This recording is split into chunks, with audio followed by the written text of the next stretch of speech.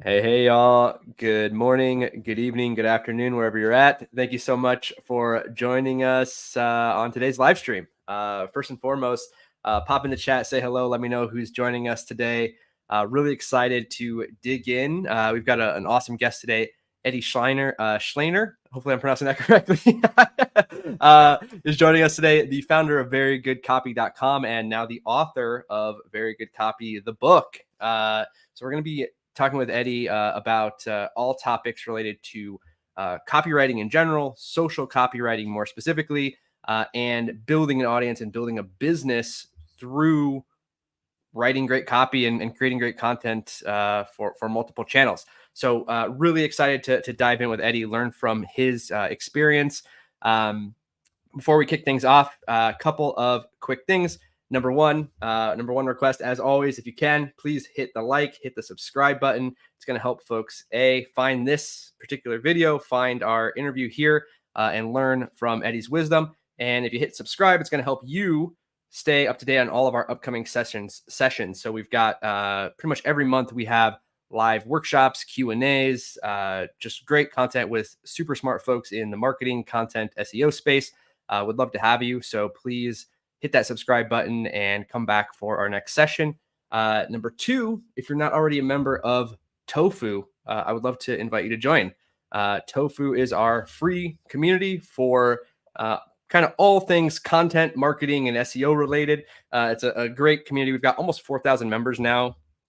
And it's a mix of freelancers, in-house marketers, agency owners, just lots of great conversations that are happening inside the community. So people getting feedback, asking questions, sharing work opportunities, just lots of great conversations and things going on. It is a 100% free Slack community, and you can join it by visiting jointofu.co. We would love to have you join us. All right. With all of my promotions out of the way, let's get to the main event. Again, really excited to have Eddie on today, the founder of verygoodcopy.com and the author of Very Good Copy. Eddie, hey, how's it going, man? There I am. Hey, man. How are you? Welcome. Thank you so much for joining us. No, thank you, man. I appreciate you inviting me. And I appreciate what you're doing here, what you've built. Anybody that can go on live every single week and do this stuff without any cuts, without any, without any editing, has my utmost respect. It's definitely a skill. So I admire it, and I'm happy to be here with you. I appreciate it, man. Yeah, I'm sure there's plenty of embarrassing clips of me out there, right? saying stupid things, but hey, that comes with the territory, I suppose. Right, I guess so. I don't know. I mean, for me, it's like it's one of those things where I'm, as a writer, you sit down and you write the thing, and then you walk away from it, and then you come back and you edit it, and you think about it some more, and then you walk away from it, and you come back and you do some more editing, some more tinkering, and then you put it out there. And it's like, if somebody's got a problem with it, or if something's not right, like, at least I know that I did everything that I could, to make it the way that I wanted it to be.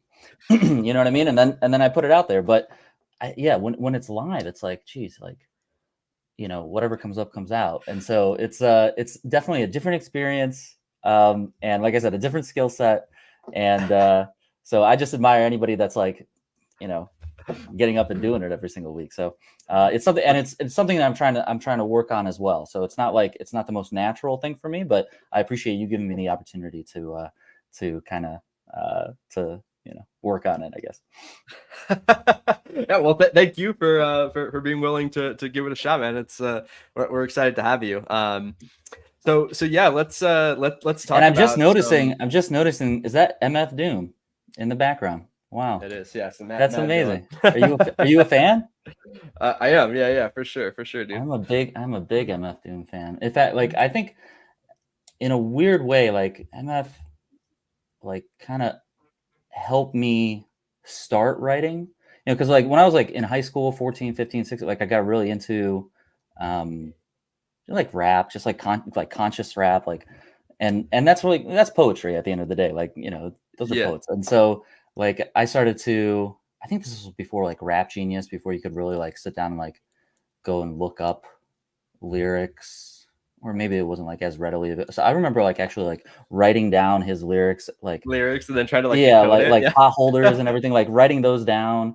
And his stuff was so complex, but it was really inspiring. Like I really enjoyed it, and it really got me into rap and writing and poetry, I think, in general. And that kind of like steered me down the writing path, went into English, went into literature. So it was like kind of like a catalyst for me. So it's cool that you have him up there.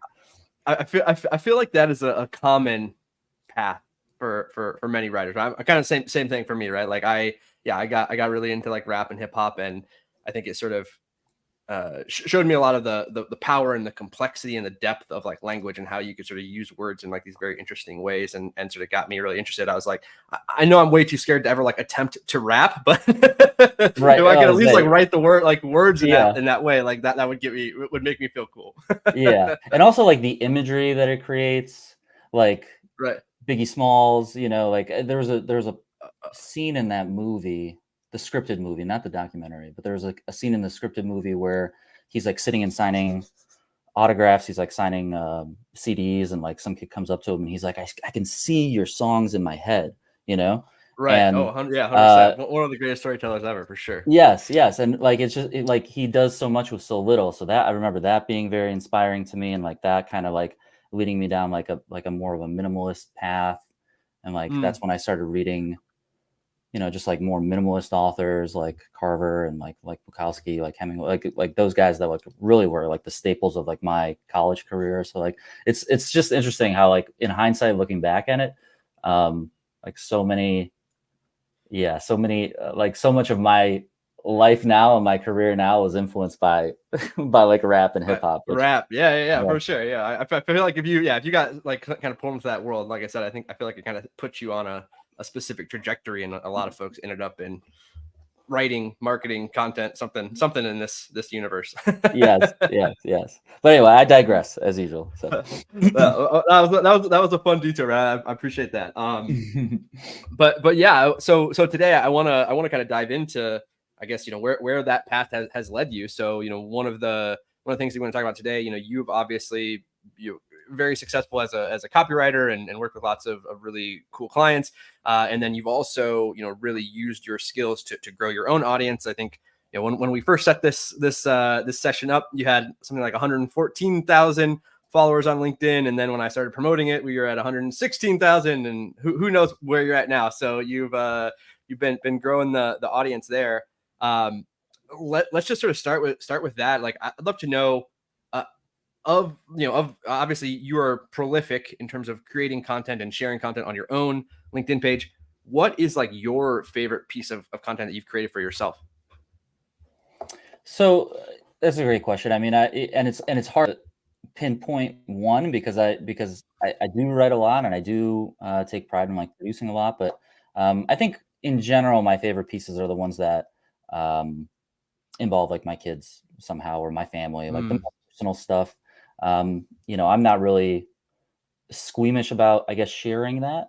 And so I think anything where I can use like my life or like my family to make like a broader point about something technical or something around copywriting or creativity, that's the kind of stuff I like. I think the standout is probably one piece I wrote about how you know, I basically asked an AI engine to describe the birth of its firstborn child, right? Which is impossible because AI doesn't have kids. And then like I took the passage that it created, and it wrote 88 words. So I took that word count and I wrote my own in 88 words.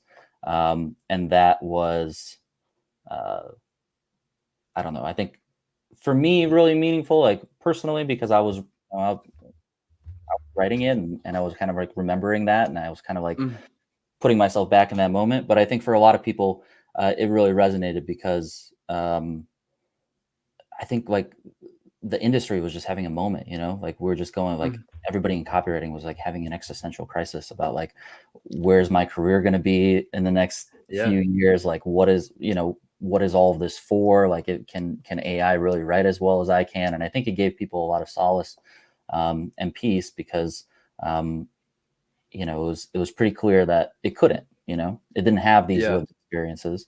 It didn't have a consciousness. Like, Uh-huh. it wasn't able to really tap into the nuances of the human condition, like how we feel. um, Uh-huh. and it can only really kind of like regurgitate how maybe it thinks you should feel in a moment. Right, right. Like, Or the how per- other people have sort of tried to describe those feelings, right? I think that's kind of the way to think about it, is maybe it's like a telephone or like a filter, right? It's being filtered through the content that yeah, it's consumed. yeah, I think, like, you think like, okay, you just had a kid, like, it's supposed to be a really happy like Right. moment. It's supposed to be a really exciting moment, and it is in a lot of cases, but it's also a really scary one. And I think, like, especially like when you're a brand new parent, and Mhm. you're holding your first kid for the first time, and like the weight of that is really kind of pushing down. Um, there's more than just It's more happiness complexity. and excitement. There's Right. also like a lot of self-doubt and a lot of fear, and a lot of Right, anxiety. right, And right. I think Yeah, yeah. I think I tapped into that, and I think that registered with people, or resonated. Let me ask you this, Eddie. What did you when you sat down to kind of go through this exercise? Because it wasn't just you sitting down and writing something. Like, you had kind of this idea in mind of, I'm gonna use AI and then kind of contrast it with my own experience. What were you like? What were you hoping to accomplish when you first started that process? Well, I mean, like I said, I think the industry was going through a moment, and I think a lot of people were really anxious. And I think, Hmm. as somebody that had an audience or a following, if you will, somebody that people were reading, I just felt like, I wanted to throw my kind of point of view into the Hmm. mix. Um, and so I So think I so just did you go yeah. into it with sort of the hypothesis that, like, AI is not going to be a good representation, or is not going to be as good as, me writing my own experience? Like, was that sort of what you were setting out to prove, or kind of how did you think about it at that After I time? saw what it wrote, yeah. After I saw what it wrote. Fair, I mean, fair. I really just out of curiosity was like, I wonder how it's gonna respond to this. Because I think, taking a couple steps back, the hypothesis was like, okay, AI, um, it can't really, you know, uh, it's not going to feel things the way that I feel things, or the way that other people feel things. Hmm. You know what I mean? So, I just wanted to see, like, like, given that example, what it would respond with. And Hmm. it was something that I didn't really recognize. So I thought, why don't I just write my own version of it? Um, so yeah, after I saw what it created, I was like, okay, I think Yeah, I can yeah. I think I can make people feel better about this. Right, right, right. Well, and it sounds like, too, the other sort of takeaway from that is that, it was sort of the convergence of a couple threads that were happening in your life at that time, perhaps, like having this experience of, as your personal experience with having kids, and your feelings and your thoughts and emotions there, and then sort of the professional side of that with AI, and sort of, what potential threat that poses, and sort of combining those two things, maybe like struck both chords at once. Yeah, yeah. It's it's a complex thing, I think, and I think a lot of people took a lot of different things out of it. So, um, but it was, at the end of the day, to circle back, it was probably my favorite thing, because um, I think, like, maybe years down the line, when my son reads it, like, the effect that it will Mm, have on him is probably sure. like the most exciting thing for me. You know. Yeah. Oh, yeah, that's a really, really fascinating thought about, kind of the legacy that we create just by creating content, and posting stuff on the internet. Right, or just writing anything in general. Like, there was another piece I wrote about how, it really helped me to replace, like, morning writing with Bo writing. My son's name is Bo. So instead of, like, Uh-huh. before I sat down every morning before he was born, I would just write for 15 minutes, and I would write about anything. It was just kind of like warm up my brain. A lot of people do it, right? It's not like Sure. some crazy thing. But after he was born, um, you know, I just felt so paternal, and I was just like, it was such a big thing, obviously, that I just started writing specifically to him. And I started like telling him about what we did yesterday, where I started giving, little anecdotes about, his mom or his grandparents or me. I started giving him advice, and I'm definitely not the first person to do this. I think a lot of people did it, but from a copywriting standpoint, I think it was really helpful because it in a way like trained me and like honed this ability to write to one person, which is what copywriters I think should be doing all the time. It's like if you're having a really hard problem, really hard time, solving an advertising problem, just like sit down and write about that product to an acquaintance or a friend, and just tell them how good it is. Tell them what you like about it. And a lot of times, like, good things will come out of that, good ideas, inspiration. And so I started doing that for Bo. And so it wasn't free writing anymore. It was Bo writing. I was writing for him. And this kind of like I said, it like honed that ability to write to one person. And so that was another thing that, I wasn't like you say, like, okay, you can write on the internet, or like, you start an audience, and like, it's one of those things that comes out of it, but you don't have to write on the internet. You could just write an email to one person, to your son, to your kids, to your wife, or whatever, and just have it be for that one person, and you create a legacy that way as well. It doesn't have to be to a lot of people. Yeah. And so maybe if I can pull the thread on that a little bit, do you think that that idea of like writing to one person, does that generally lead to better writing? Yeah, absolutely. Because because if you're creating a mass communication, only one person is going to be reading it at the end of the day. One person at a time. They're having an individual experience with that mass communication. So the more personal you can make it sound, the more the more you can make it feel like you were just writing to that one individual, the more it's going to resonate. So mass communication is still like personal individual communication as well. Sure. Yeah. I mean, I feel like that's just such a great lesson for people to keep in mind. You probably maybe you've heard it before, but just to be sort of constantly reminded of that is super important.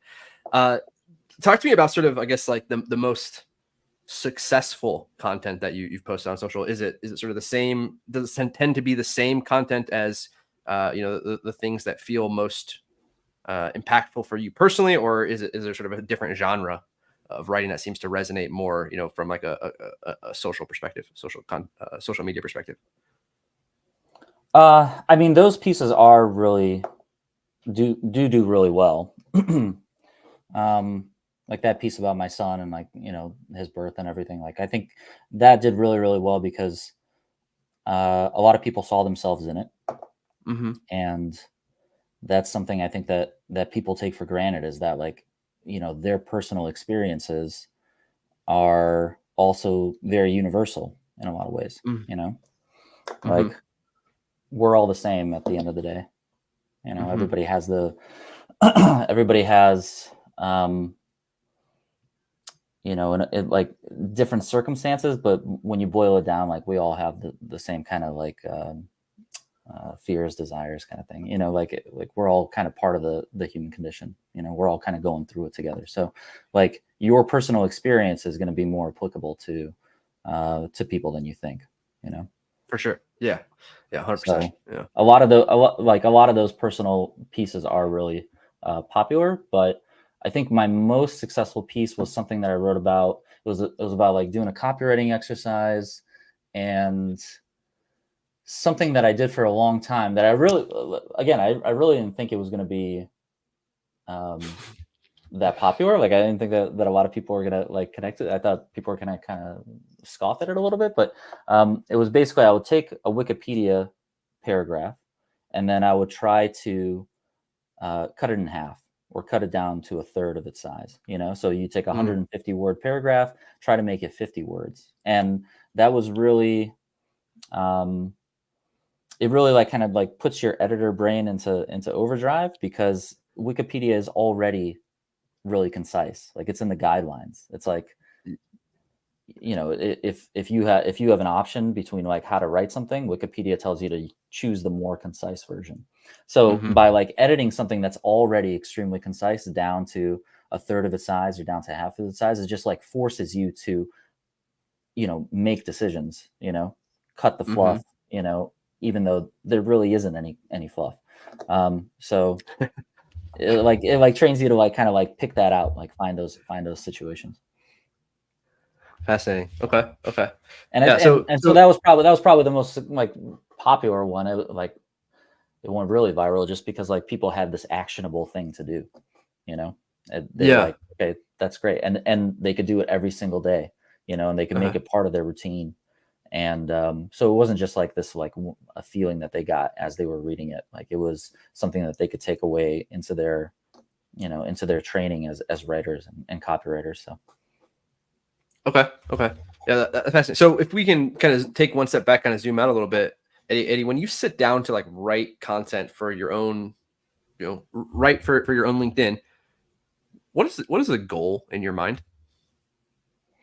you know, probably just like create a connection with people, you know, just engage people. And that'll probably and you know, that breeds, you know, engagement with the post, and that increases the reach. So I mean, the goal on LinkedIn is really just like my way of getting people to my website and into the newsletter, where I can have a more kind of personal kind of one-on-one relationship with them, and also I can, you know, promote things, sell things, you know. Sure. So Sure. LinkedIn is really just a way for me to uh, market the brand, market the newsletter, get people to my website, and grow. So. And do you, I guess when you're actually like planning that content, do you have sort of different like are you saying like, okay, this post is like an engagement post, and this post is, you know, a call to action post where I'm trying to get somebody to take a specific step, or this post is whatever? Like, do you have sort of different goals for each individual post, or how do you think about it? Well, I think every post is going to be going to have that same CTA, you know. Okay. Okay. Yeah.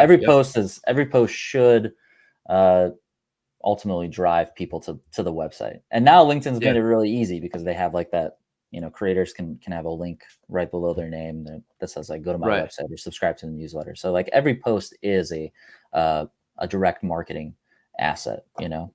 Every post does have a conversion element to it. So it's just, yeah, how you go about doing that can be different. Like you could tell a story, or, you know, you could show somebody a picture, you know, you can the format changes. You can have like just a text post, or you can have a carousel, or, you know, the format is different, but at the end of the day, like the point is to get people to stop, be engaged, read, and then be compelled to like learn more about you. Yeah. Yeah. Yeah. Yeah. Makes total sense. Yeah. Have you, by the way, you mentioned sort of different formats. Have you found any trends there in terms of like which types of, you know, formats, whether it's a carousel or just plain text or anything like that, that tend to work best for you? I think the carousels get the most views, the most reach, and I think that has something to do with the dwell time. You know, I don't really, I'm not one of those like, I don't know anything about the algorithm, and I don't pretend to. Right. You know what I mean? Like I like the algorithm is a very mysterious thing. I don't even know if like the people inside like LinkedIn know how the algorithm works. I think it's probably a very siloed thing, and so like I don't know much about it, but I think there is like, I do go for dwell time, which is like just like get people to stay on that post. And the longer people dwell on it, the longer people are there. That's a pretty strong that sends a pretty strong signal to LinkedIn to like to get it out there. But really, like dwell time at the end of the day is just good content. Like, you know, just write something that people are really interested in, people really want to read or watch. You know, and they'll stay there, they'll dwell on it. So it's, you know, it's not a hack as much as it is just like this North Star, you know. Yeah. Just Yeah. write something that's entertaining, you know, and Yeah. maybe teaches somebody at the same time, and people will dwell on it. Yeah, that makes sense. And then the other sort of part of that equation that you mentioned before is like, obviously you've got to get people's attention right away, right? Like that's the other sort of part of the battle. So talk to me about sort of hooks. Like, do you have sort of specific ways that you craft a hook, or how do you think about sort of getting that initial click or that initial attention? Mm. I I always think about like John Caples and what he said about headlines and hooks, which is basically like the best ones are appealing to people's self-interest or they're giving you news, So Mm. news is just new things, something new Mm-hmm. that's going on in the industry. It's not necessarily about you, but it might relate to you somehow.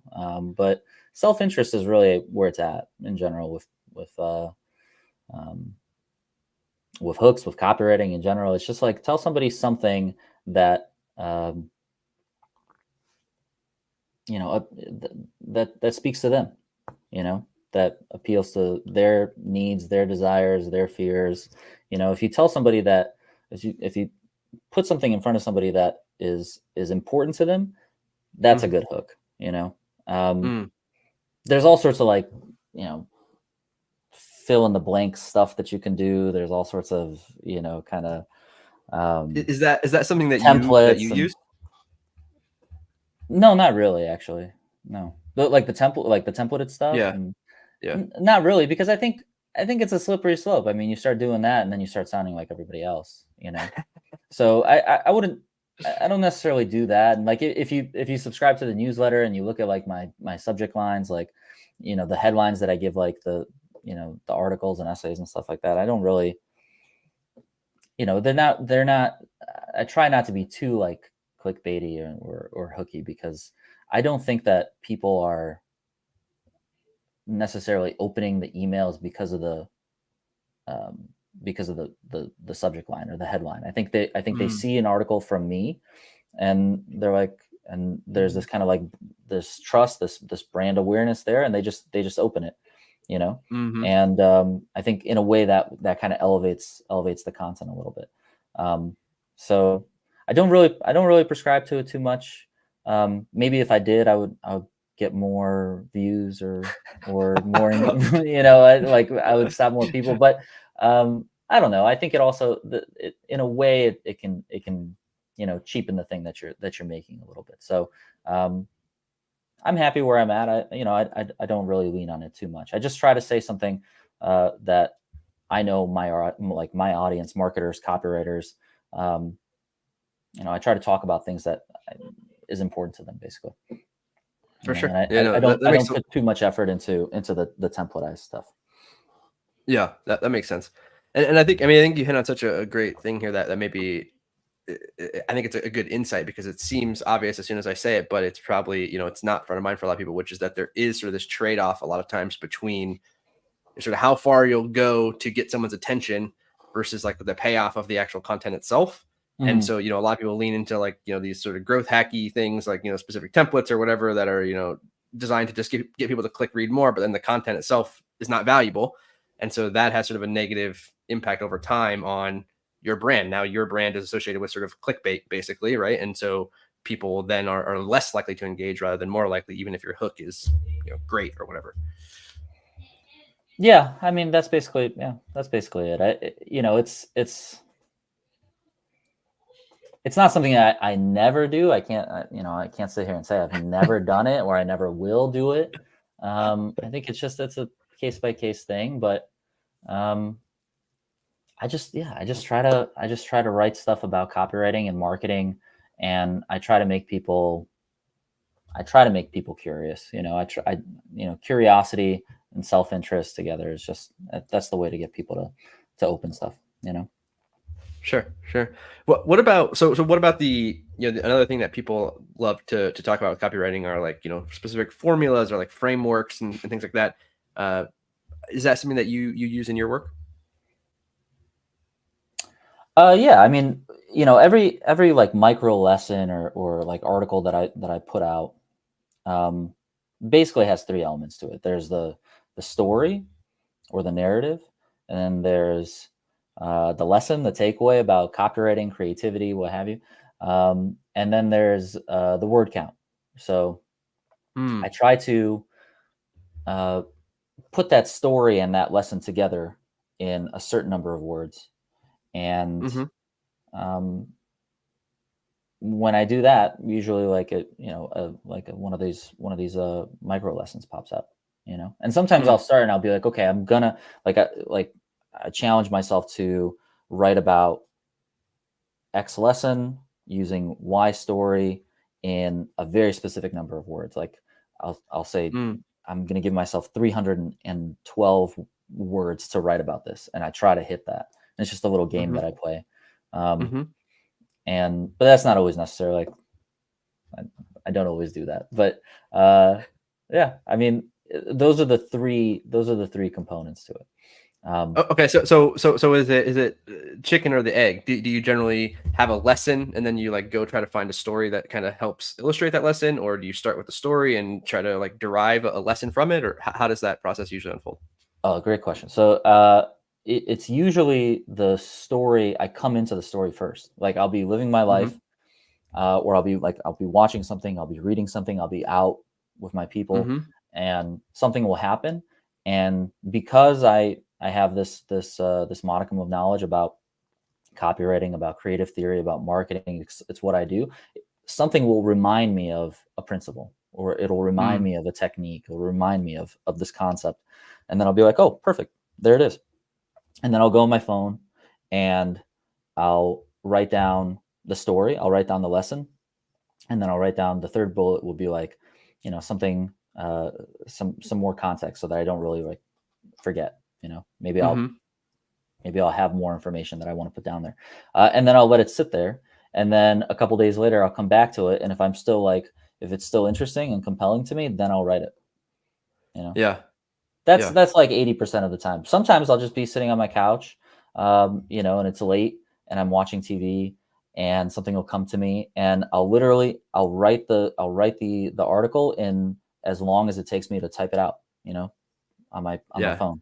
And then it'll just be there. And then the next day I'll look at it, and I'll edit it and I'll send it out. So it's not a science, but that's more or less how it happens every time. There's a story, a lesson, and then I try to get it in as few words as I can. Yeah.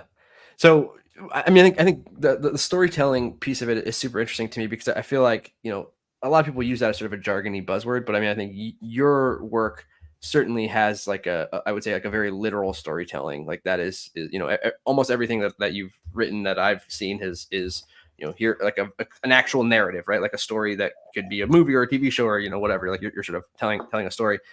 Talk to us a little bit about sort of the power or the role that you think like having like a literal story plays in sort of the writing process. You mean like a real life story, like an actual story from my life? Yeah, or anything. I mean, I've seen stuff where you write stories about things that have happened in the past, or like specific people went through a certain experience, and you sort of tie it into a lesson, which again, I think like that's like the most literal version of storytelling, right? So I'm just curious, like how you sort of see Dude, that as part of your. it's so important. I mean, people are there. I'll put it this way. I think people are there for the stories and the lessons, the takeaways. That's kind of like that's the bonus, because it's not like nothing has changed in copywriting in a long time. We're still doing the same things that Claude Hopkins was doing literally 100 years ago. I think his book came out in 1923. We're still doing the same things. We're still using the same techniques and principles that Claude Hopkins wrote about in scientific advertising. And 100 years into the future, 1,000 years into the future, we're probably still going to be using those techniques and those principles, because the human condition is constant. It does not change. Our psychology isn't going to change that quickly, So it's not like there's anything new in copywriting. I've never created anything new. Everything I've ever written about has probably, it's been written about before. Like people have done it before. I've read about it somewhere before. I've learned it somewhere. All I'm doing is taking a story that I find compelling, or a story from my personal life, and I'm framing it in that principle or that technique. And I think that's the difference. I think that's why people come and read my stuff versus going on Wikipedia and reading about that principle, because you'll go on Wikipedia, or you'll go and read about it somewhere where it's just kind of like really straight and on the nose, and Mhm. you're just learning about that concept. And you can actually learn about that concept in a lot of different places, especially now with the internet and in the information age. You can go anywhere and learn about copywriting techniques and principles. But somebody's point of view, is unique and compelling and interesting. And I think that's what people are that's how people select where they get that information from. So the story is really the most important part, I Mm. think. I think that's the difference maker. And I think if somebody's a fan of my writing, or many of the other people that are doing it really well right now, Mhm. they're just a fan of their storytelling and the Right. technique, the principle, whatever. That's just the bonus that you get, um, you know, at the end of the day. For sure. For sure. So I think a lot of people inherently understand and sort of agree with the idea that, like, using storytelling in content and in writing and in marketing in general is like powerful. So how do you apply that in sort of, how can people apply that in situations where it feels like there's not really a story to tell? I don't know, I'm writing this blog post and it's about, how to process invoices or like whatever. Like, how does storytelling sort of translate into other formats and sort of situations? But there's always a story to tell. You know what I mean? Like, even if you're writing about processing invoices, there's a story in that situation. Somebody somewhere is sitting right now trying to process an invoice and having a hard time doing it, or doing it for Hmm. the first time, or they're running into a problem. Um, Hmm. uh, and the number of situations and circumstances around processing an invoice is probably, I don't know, there's no shortage of them. Right. Maybe your kid is screaming in the background while you're doing it. Maybe your computer just conked out. Maybe the program, there's all sorts of things. So, when it comes to like putting it into a real life like business situation, I Yeah. usually just describe I usually just write about that situation, I just put people into a real moment, Mm. whatever it is, whatever it is, the product, whatever problem the product is solving. I just put people Mhm. into that problem, and make Mm. sure that they can see themselves in it as Mhm. vividly as possible. And that's enough. You just want to show people a situation that they have been in, or that they could be in, or that they're afraid Mm. of being in, and write Right. that situation. And then at the end of it, just be like, by the way, we got this product that can help, you know, Right, learn, right. learn more about this. You know what I mean? Yeah, So like yeah. 90% of the ad should really be the story about uh, that problem, the image of Mm. that problem, the visual that you're creating. You want Mhm. people to live in that moment when they're reading it. You don't, and obviously, like, writing is important because you want it to be clear and concise, and you don't want people to really think while they're reading. You just want it to happen automatically, and like, you don't want people to like struggle through it. That's why Yeah. copywriting does need to be very simple, because you don't want people to think at all. You just want them to take in the message, take in Right. take in the story. Um, but that's what advertising is. It should just be showing, showing people, their reality, or their perceived reality, or what they could be going through, um, and then being like, hey, I got a solution for this. Right. So it Right. doesn't matter what it Yeah. is. It could be writing invoices, or any other example that you could have given me. Somebody out there is going through it in real life. Write that story. Yeah. Write what Yeah, they're for going sure. through. Yeah. Yeah, I feel like that's one of those things where,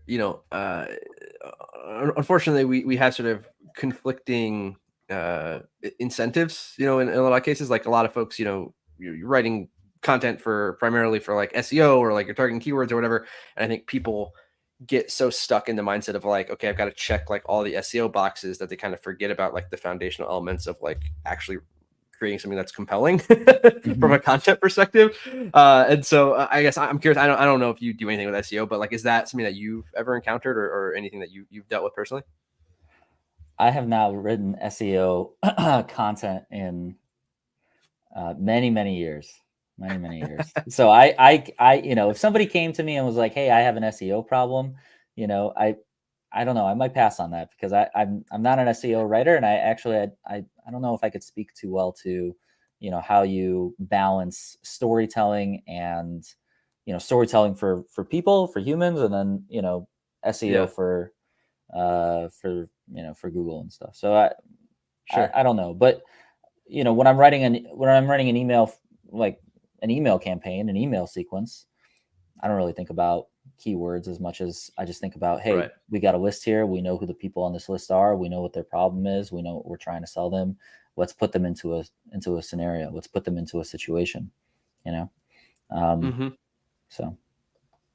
Yeah, that makes total sense. And like I said, I was pretty sure that that's not something that you deal with too frequently. So I didn't expect you to solve all of our problems there or anything, but I really don't know I don't know what the SEO rules are these days. Like I couldn't tell, I couldn't tell you how many words how many keywords I got to put into a paragraph to make it rank, or like I just don't know how to play that game. There's a lot of people that do it very well, yeah. and I'm sure it's very very relevant still. But I haven't focused on that. Sure. Yeah, I actually I posted something like last week or the week before, and I was thinking about this, that like, SEO is sort of like, it's sort of like a billboard, right? Like you're like getting a placement in front of people, but like the content or the message on that billboard still has to be like compelling. And if it's just sort of, this is a billboard, then Yeah. it's, you sort of, you won the game, I guess, but like then you that's not valuable to you from a business perspective, right? If you're not telling a story or telling something, creating something compelling in the content itself. Oh yeah, absolutely. Yeah, I mean, it has to, people have to connect with it. They got to read it. Um, they got to be compelled by it. So. Yeah. I want to talk a little bit about kind of like, I guess, your sort of process of really like getting started here and becoming, I guess, a public figure, and building this audience and that kind of stuff. I think one thing that people sort of struggle with is just like the initial, I guess fear of rejection, or fear of like not really having anything worth saying, that kind of thing. Is that something that you experienced, and sort of how did you kind of overcome some of those initial self-doubts? Oh yeah, well, definitely. I mean, I mean, it's scary. It's scary putting yourself out there. It's scary. It's scary to write something personal and put it on the internet. Um, but it goes back to what I was saying. It's like we're all the same in at the end of the day. So it's like, I think you'd be surprised by how many people connect with uh, a personal story that you might have, just because it's personal and honest and authentic. Mm-hmm.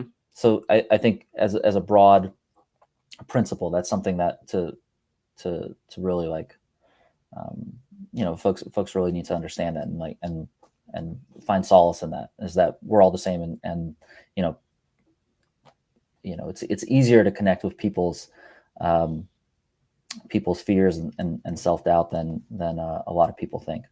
Um, but yeah, I think something that helped me was like, I wasn't an expert, 10 years ago. I didn't know that much about copywriting or marketing, I think, when I first started, but I just always I made it a point to lean on um, Mm. you know uh, uh, the books and podcasts and the kind of the experts that were out there already, to get that information, and then I just tried to put it into my own words. And Mm. when I did that, it did bring me it did bring me some peace, because I was like, okay, I'm not like trying to make anything new here. I'm just Right. saying what somebody else said, but I'm saying it in my own way. You know what I mean? And Yeah. that was a very peaceful feeling for me, because I was and I'm still doing that stuff. I'm still doing that stuff. It's like I said, there isn't anything new in copywriting. Mm. Our business is what it is. And that's because like people everywhere respond to the same triggers, Mm. the same colors, the same guarantees, the same words. Like we all have the same reflexes to them. So Yeah. and all of that has been tested and proved out already. So just, if you want to write about this stuff, go and read a great book on copywriting, read a classic, take those principles, take those techniques, and frame them up in your own life, because there's nothing more unique than your life. There's nothing more unique than your lived experience or your personal experiences.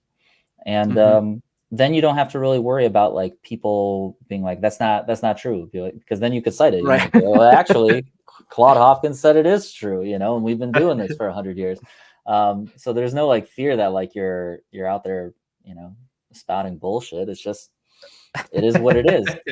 Now you just have to think about, okay, well, how am I going to tell this story? You know, how am I going to make this entertaining for people? How am I going to compel people to take this information in, you know? Yeah.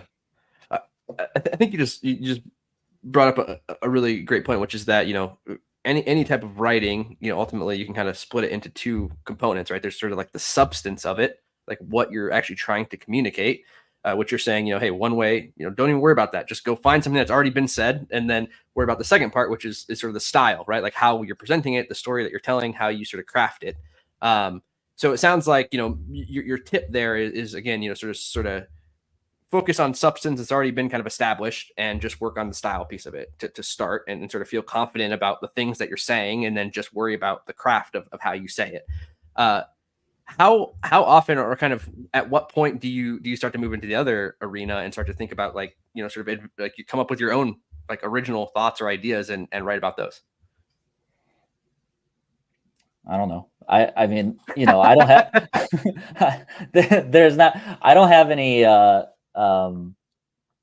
I've yet to, you know, create anything new from a copywriting standpoint.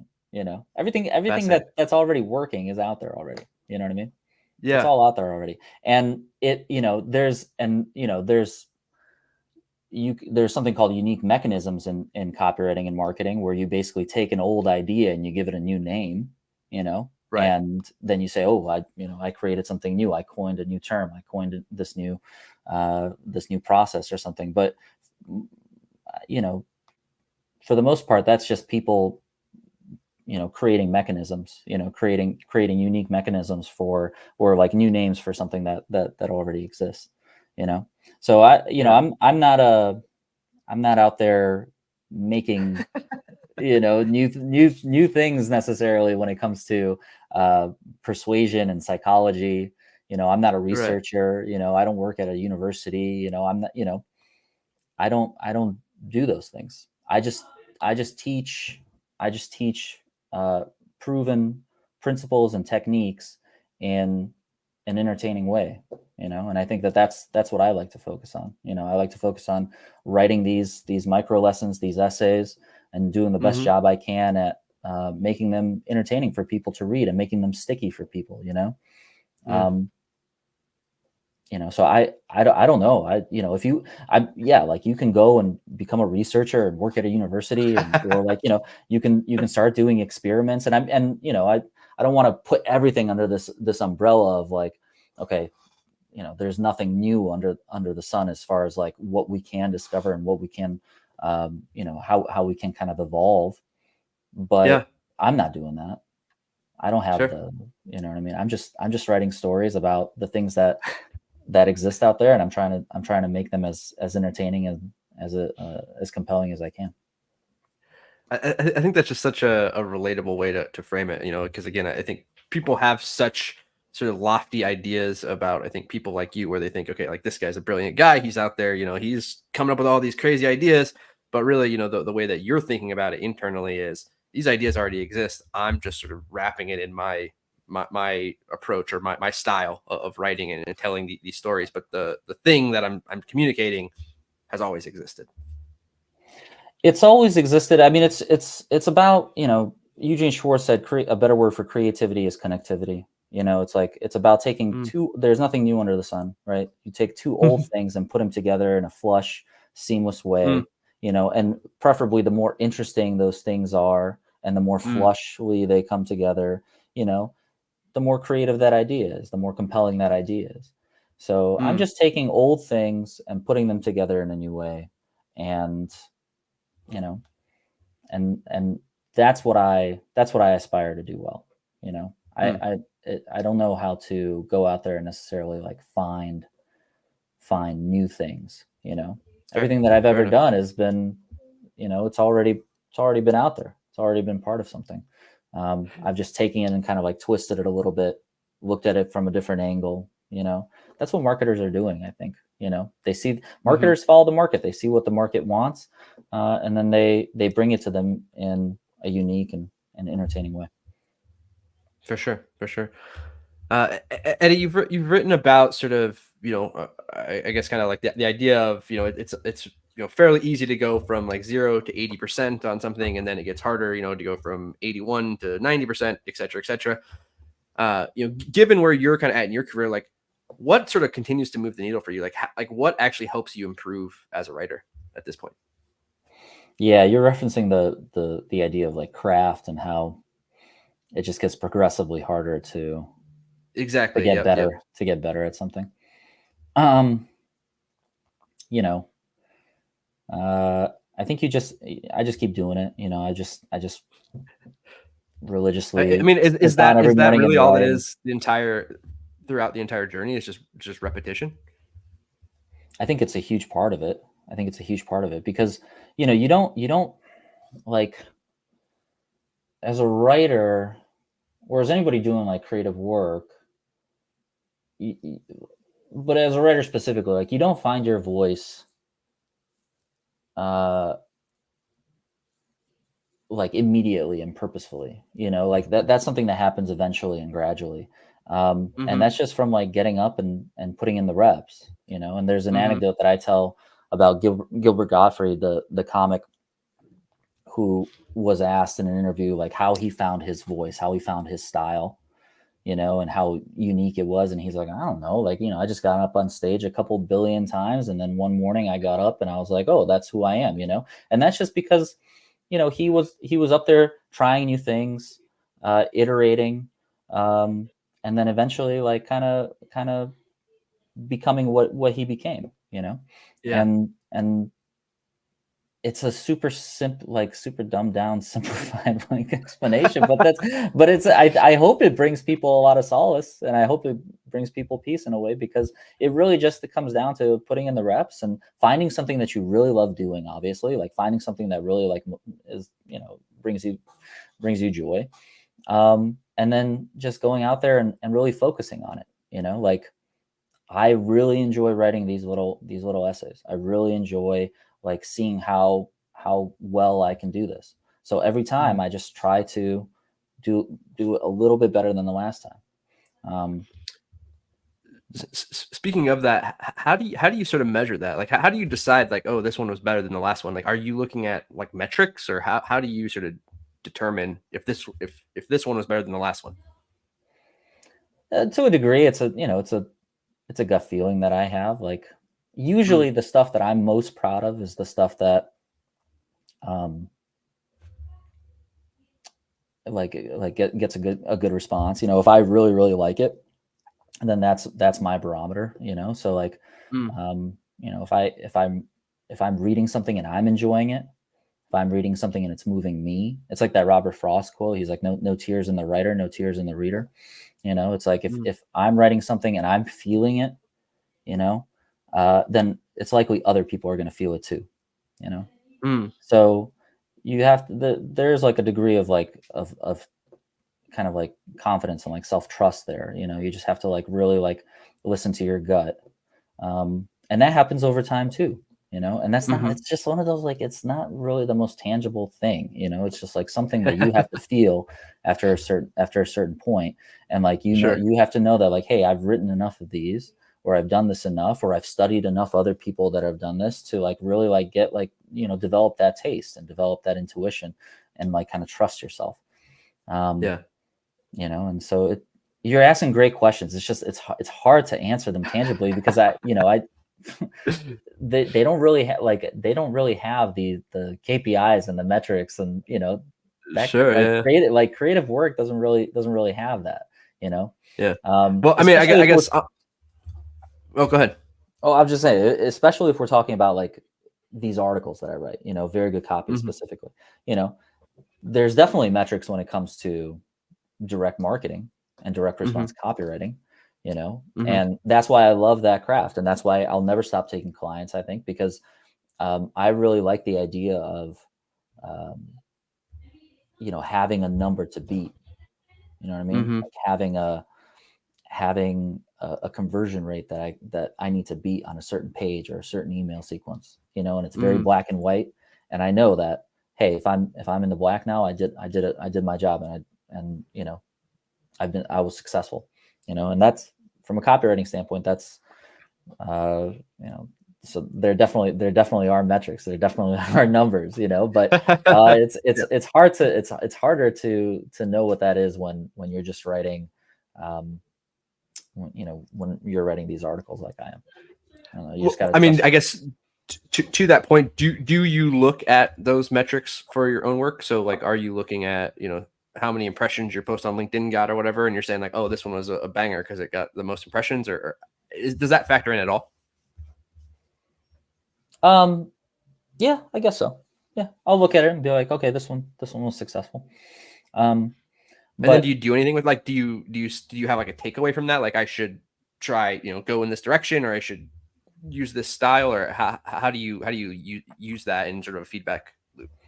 I definitely do it more from like a format standpoint, So like Mm, if I put up a text post on LinkedIn, mm-hmm. um, and then I put that exact same copy into a carousel and it gets 3 times the number of impressions Right. or reach or whatever, then I think it'd be foolish not to create more carousels and get that work out there. Mm-hmm. Because at the end of the day, yes, I definitely do want more people to see this thing that I worked hard to make.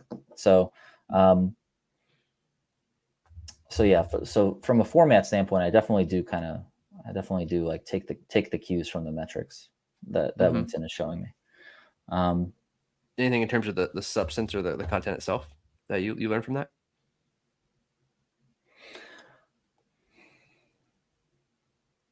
yeah, I mean, I guess I'll look at the it's it's always been what has moved me. Very good copy started as a way for me to learn copywriting, for me to learn Mm, marketing, for me to learn about creative theory, because I wanted to be a writer so desperately after college. Like I wanted to get good at it. So it's always been about, like, if I come into an insight, if I come into some kind of principle or technique that, makes me say, oh, that's amazing. Then I would write about that.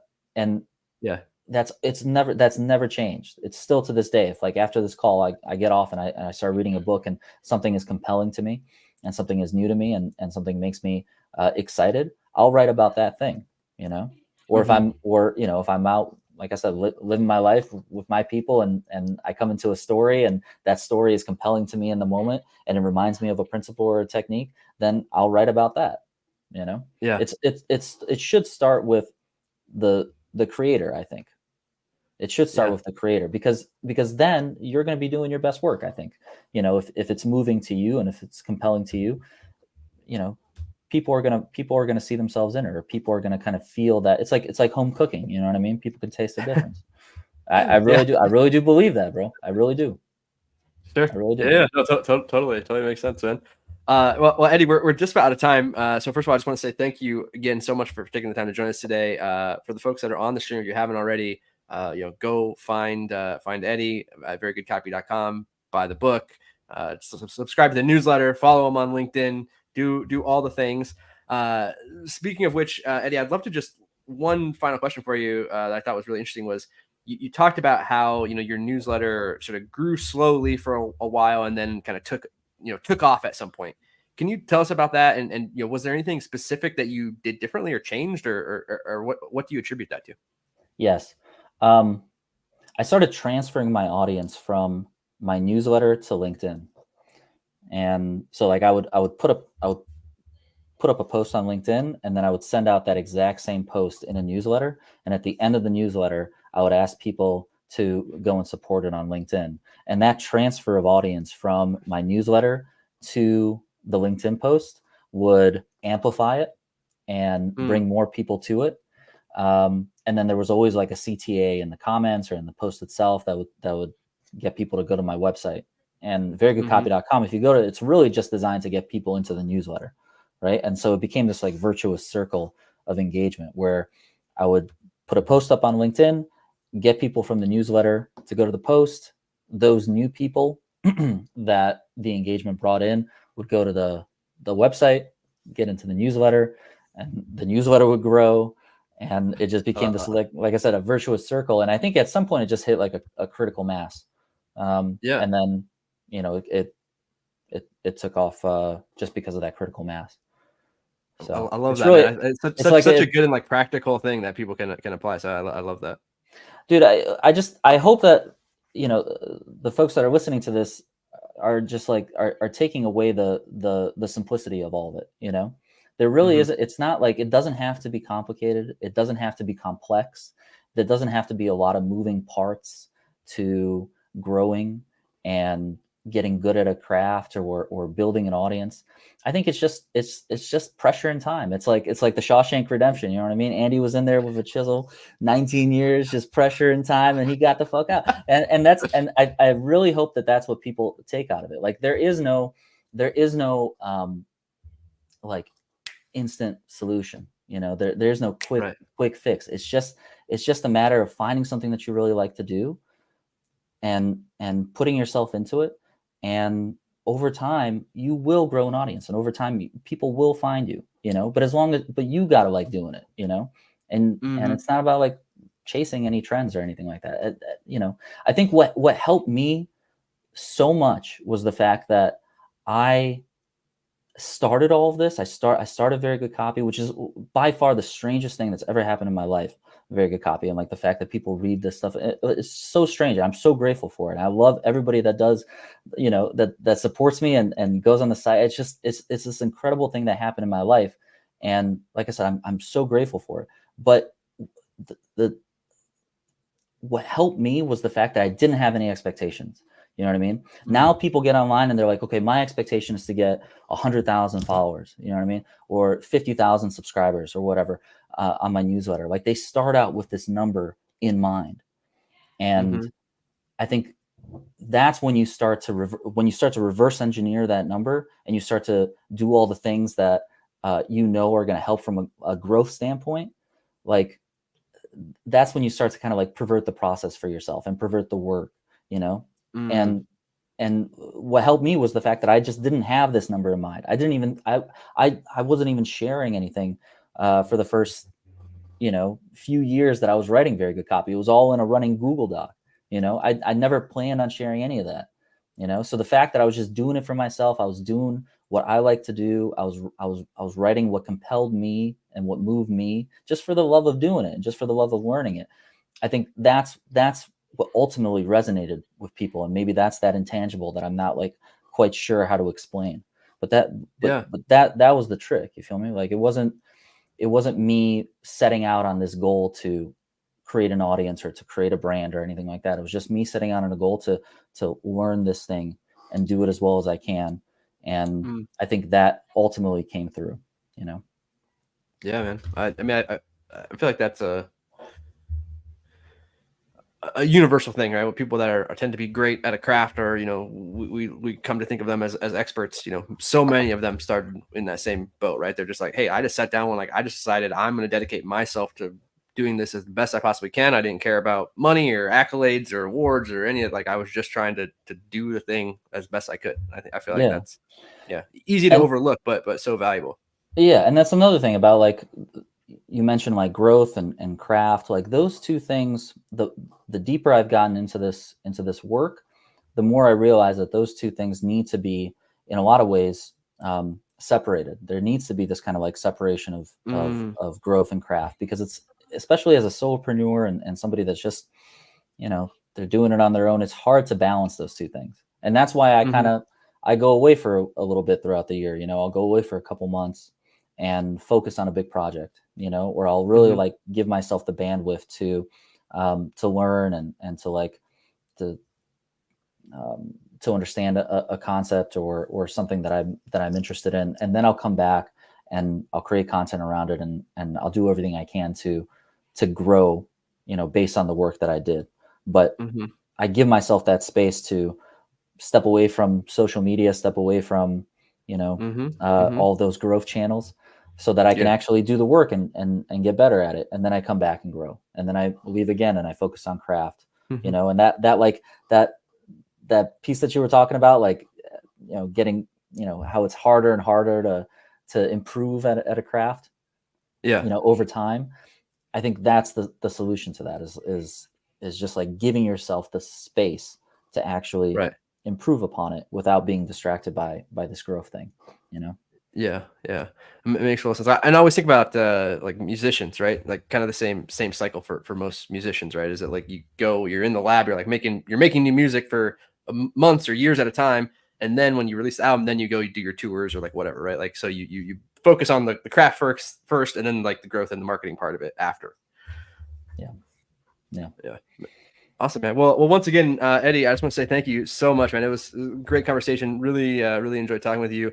And it was awesome having you. If you haven't already, hit up verygoodcopy.com. Check out everything Eddie's got going on. Anything else, Eddie? Final parting words. No, I just appreciate you for having me, and again, I admire you for getting on here and doing these lives week in and week out. And um, you're doing it because you love it, and it shows, right? Like you're good at this. You're a great interviewer, and I'm grateful to be here with you. So hopefully I'll get to your level someday. But in the meantime, I just appreciate the opportunity, man. Well, thank you again, man. It was great chatting with you, and I hope you have a great rest of your day. Thanks All for right. joining us today, and see you on the next one. See you guys. Cheers.